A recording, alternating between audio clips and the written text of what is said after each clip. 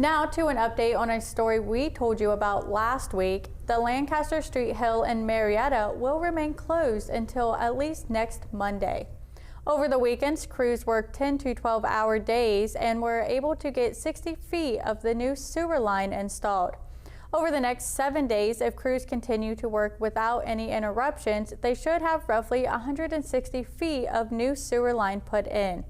The hill was supposed to open today, but after further evaluation, more complications arose. Weather plays a huge factor in completion as well as digging through rock. There's also an 8-inch water line that's laying directly over top of the sewer line.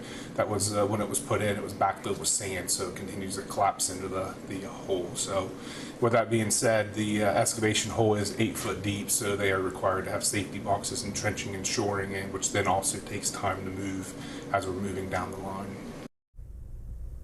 Crews are able to work through the rain, but thunder and lightning prohibits that.